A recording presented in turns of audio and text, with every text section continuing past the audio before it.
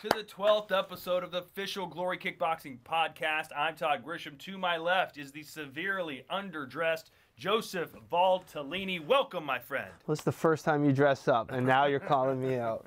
But you look good, man. Let's talk about how good you look. Yeah, thank you. Right. We're in Denmark, getting ready for Glory 40. Coming up later on here on this very podcast, we'll have live in studio, if you want to call this a studio, Simon Marcus will be challenging for the middleweight championship of the world against Jason Wilness on ESPN2. Glory 40 will be live on ESPN2. We're really excited about that. 3:30 p.m. Eastern. And also, just as exciting, and if not more exciting, is that you can watch the Glory Superfight series with the main event, Richard Abraham taking on Jamie Bates, live for free on UFC Fight Pass, Joe. Yeah, it's pretty exciting, especially all those UFC fans back home in Toronto and North America. It's a perfect opportunity to jump on, support Simon Marcus and kickboxing, man. Yeah. So we've talked about the two main events. Give me another fight that you're most excited about besides our main events. Well, besides the main events, I have to go with Josh Johnson and Antonio Gomez. It's both guys have like this straightforward, aggressive style. Johnson's good with combinations and low kicks. Gomez with his power body shots and boxing. I think that's going to be the fight of the night, in my opinion. You're Canadian. Josh Johnson's obviously Canadian. Yeah. I heard him say during one of our Glory Kickboxing features that you can see on YouTube that he is the future of the sport. He believes his style is going to revolutionize Glory Kickboxing. Is he being pretty dramatic? No, I think he's good. I think he has the skill, the mindset, the team to do it. It's just a matter of it unfolding. I still think he's really young.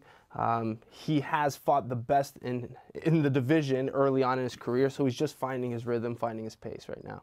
So I think give him another year or two, and I think he'll easily be in the top of the division, easily being the lightweight champion too.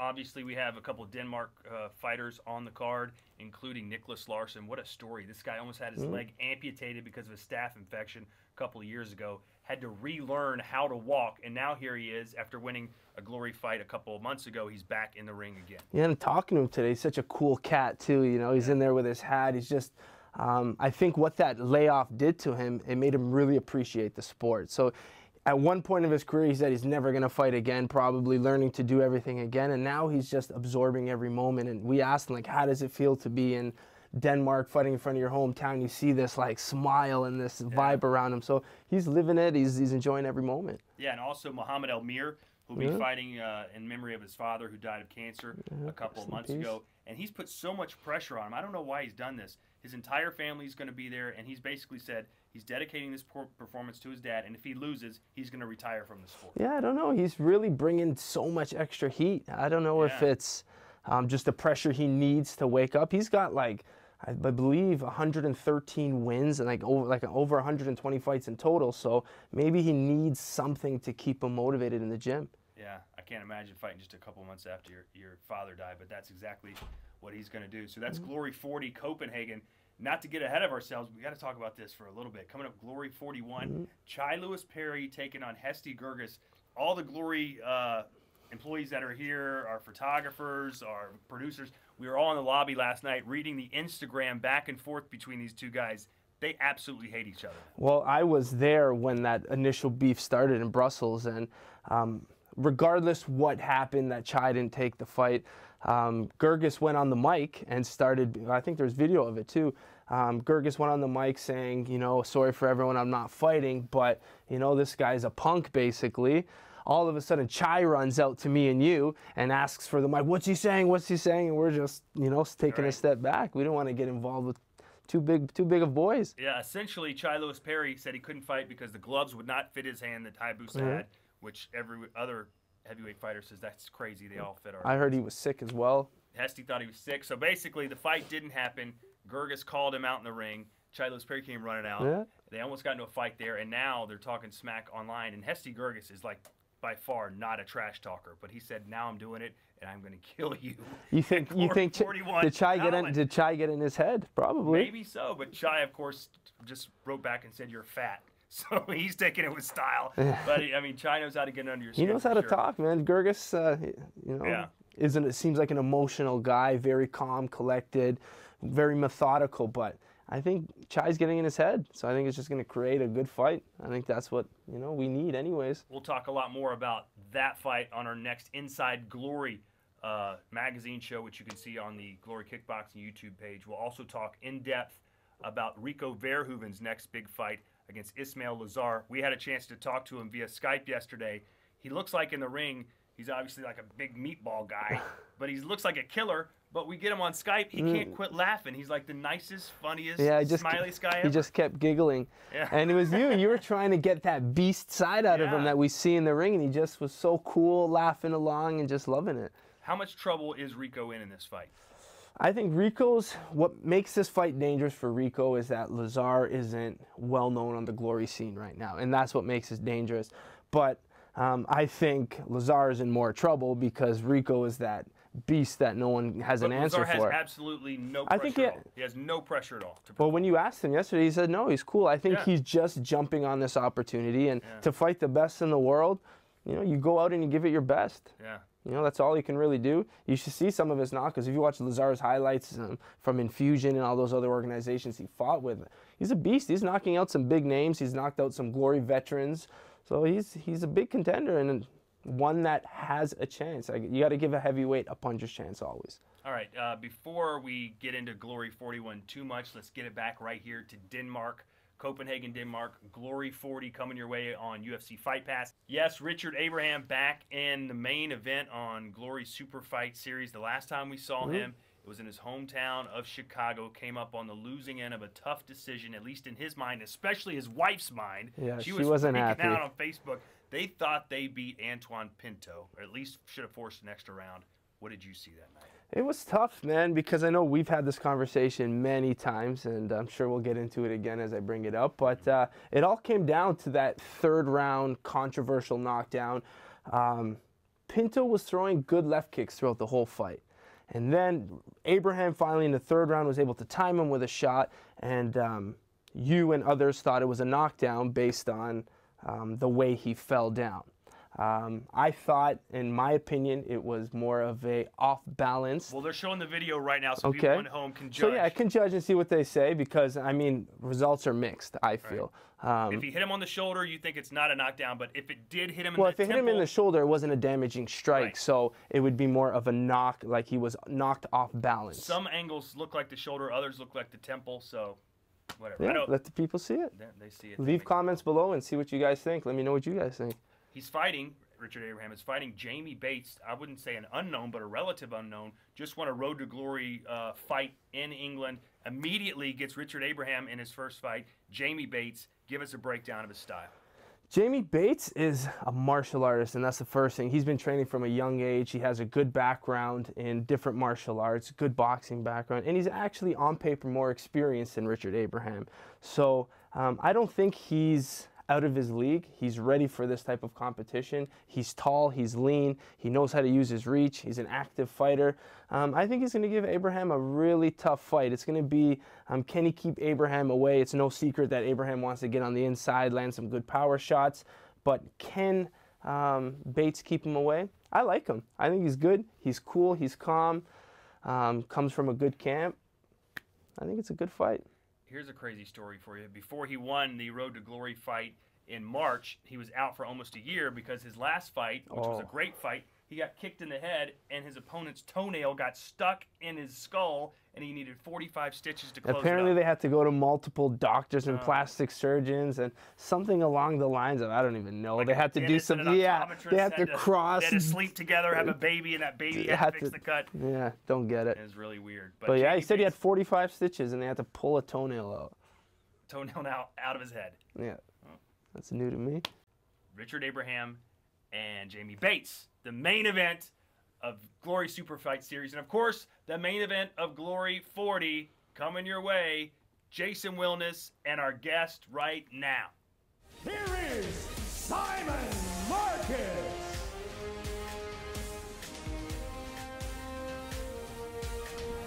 This speaks for itself. Both of these guys want this really bad. That Glory middleweight title on the line. Right.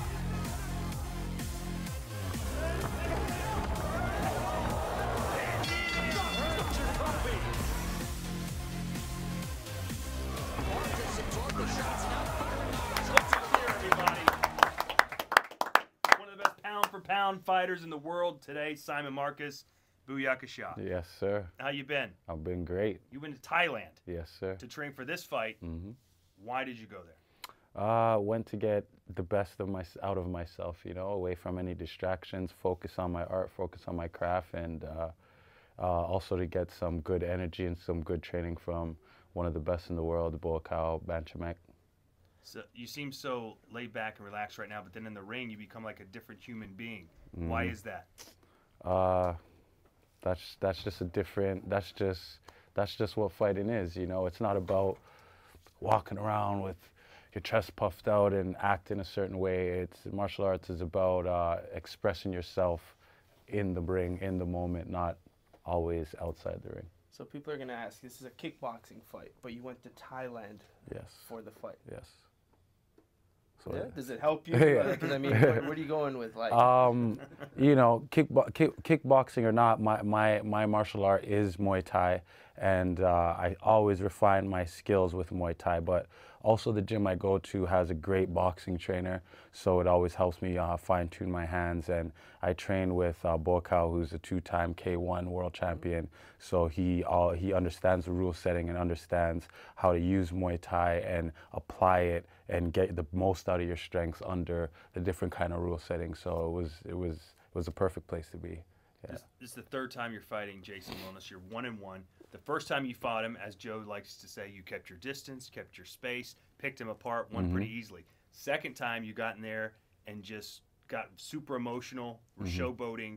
What kind of fight are we going to see in this third fight? You're going to see a very high level of kickboxing. I think I'm very much a superior fighter in skill level, and I plan on displaying that Saturday night. So you're not going to do any. A lot of people love the flash. They love the bling. They love the way you can. I go with the moment. I think last time I got a little bit too carried away. Not with you know, not with the flash and stuff, but actually letting my guard down, like giving him an opening. You know, there's time to do it and time not to do it. A way to do it and a way not to do it. And I think the last time I lost a little bit of focus and gave him some opportunities he really didn't work for. And you like this 5 rounds? I know we were talking Definitely, earlier because I mean, yeah. Speaking to the Dutch camps and now you, they said they prefer the 5-round camp, but Muay Thai is 5 rounds. Your experiences in Muay Thai, so you're liking the 5 rounds. I love 5 rounds. As a fighter, I'd prefer the fight to go longer. You know what I mean? It gives you a chance to fight, to swing things around, to change things, to adjust, to adapt. And 5 rounds is, of course, what I'm used to and what I've fought a lot of the time. And I believe also my style, my power, I have more time to let it take effect rather than trying to rush round 1 right away, go in. No, you have a little more time to read and to adjust and to adapt to the fight with more rounds. So I'm ready to do the thing. And what's his best weapon? What do you think he has? His best weapon is his hands, his punches. Very basic fighter in my opinion. You know, walks you down, stalks you down, tries to back you up and let go with punches and low kick. Typical Dutch fighter. Yeah. Their camp was a little upset during their fight in Los Angeles. They said you were a little bit taunting him, showboating in the audience, calling him out. They felt that was very disrespectful considering he was the champ. What's your message to them? I don't really care what they think or how they feel about it. I do what I want to do. I was watching the fight and I didn't really see anything spectacular, so I was speaking my mind. At any fight I'm at, if I'm really into the fight, you're going to hear me.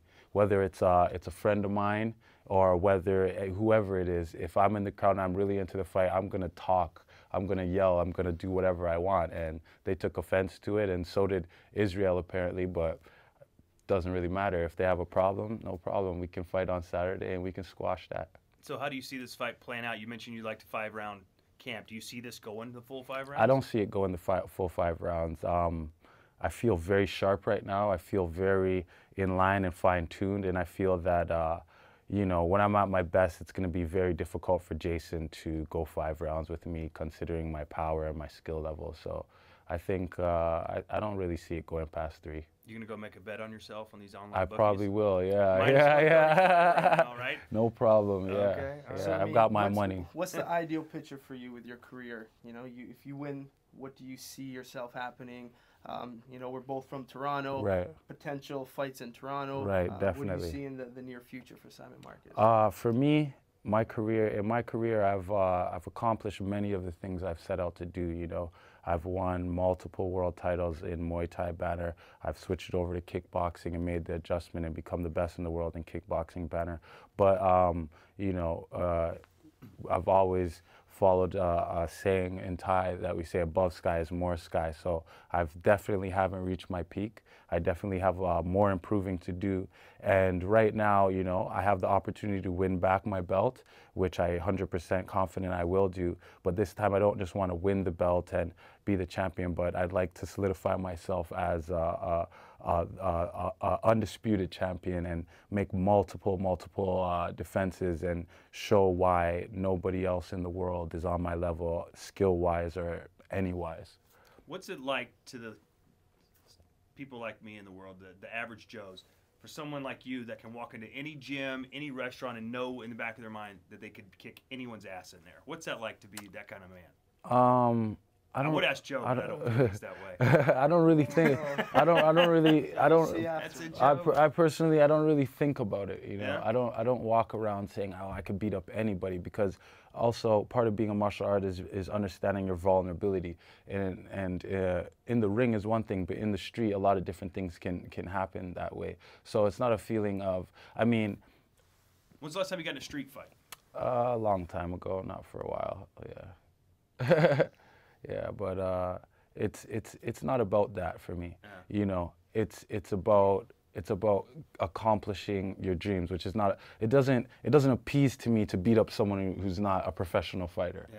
You know, you can't feel as good about yourself as I used to when I was younger. You know, yeah. When now I'm fighting the best in the world. Yeah. It's a better feeling to beat somebody else who's considered, you know, a top fighter in the world, and knowing that on the world stage, there's no one that can beat you. Not really. But like when you went to outside the Thailand ring. or you go to different gyms, I'm sure the fighters there are like, let's see what this guy's got. I think I can take it. That Do you happens. sense that? Usually not in Thailand or in gyms that I've been to many times, but that happens especially in boxing gyms. You know, you go in to spar, guys want to prove themselves. That's kind of the culture in that. But you know, you're only as good what you as you want, are. right? Exactly. I think it's just a competitive sports thing. Definitely, I mean, it's yeah. not necessarily I'm the bigger man. It's like you're an athlete. Right. I mean, regardless, Simon and I have sparred. Right. You don't want someone to get an advantage on you. No. So What's that kind of sparring like- session look like? You versus Joe. I think he got me a couple times, and I got better of him a couple times. So yeah. We always learn from each other. For me, sparring is not about I'm trying to hurt this guy. Sparring is about how can I get better? What am I working on today? What is it that I can exploit today? You know, guys like to spar hard. Sparring hard is not always the best. What I feel you can get the best out of sparring. So like if some guys watching at home or girls watching at home are just kind of getting into kickboxing, what's the number one fundamental thing that you would tell them focus on this?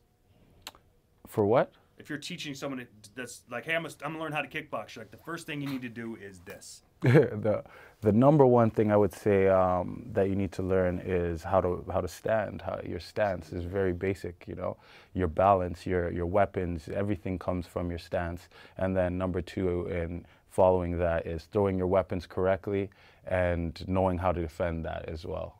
Yeah, very basic, very simple. I agree. Yeah. It's all in the footwork. Yeah.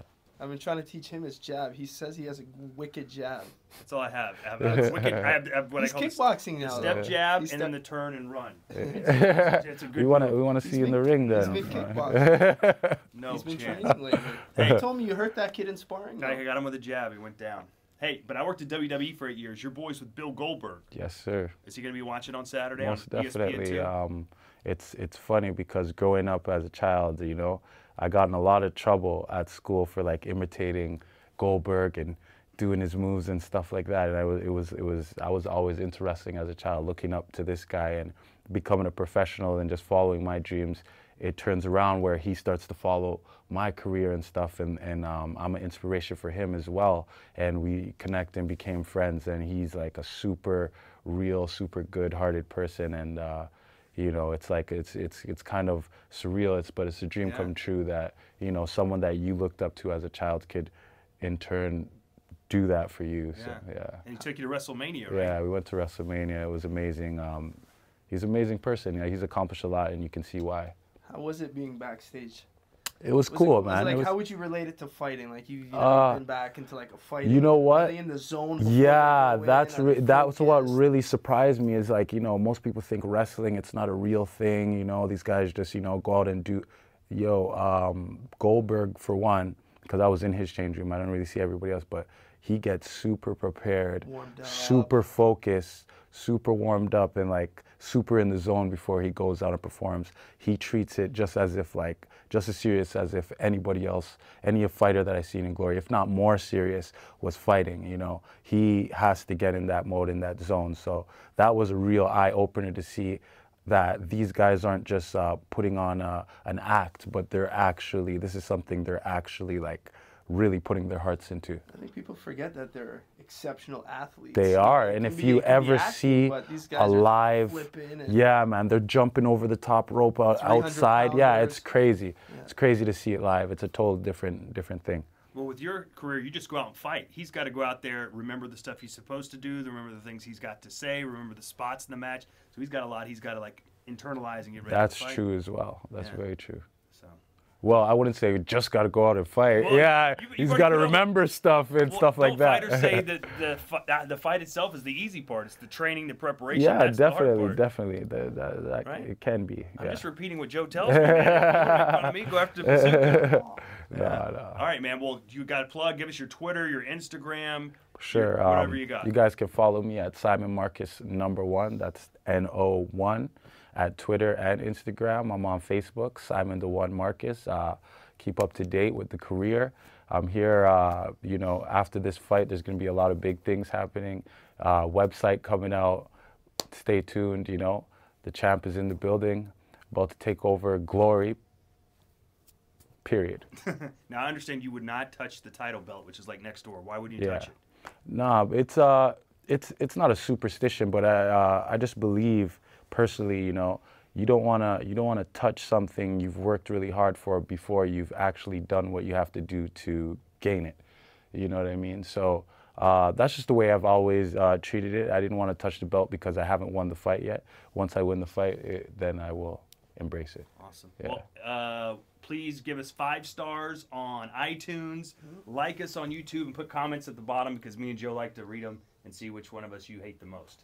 And usually it's me. Anyway. And go to gloryshop.com, get the shirt that Simon Marcus is wearing right now. There you go. Booyaka shot. Shout out to all your Jamaican friends. Give us the lingo. Give you the lingo? Yes, we they are. Glory 40. We are doing thing. Can't stop it. We are rise up straight. Selassie. Sick. Done? Done. All right, man. Good. That was fun. Yes. All right. Thank you. Good Thank one, you. man.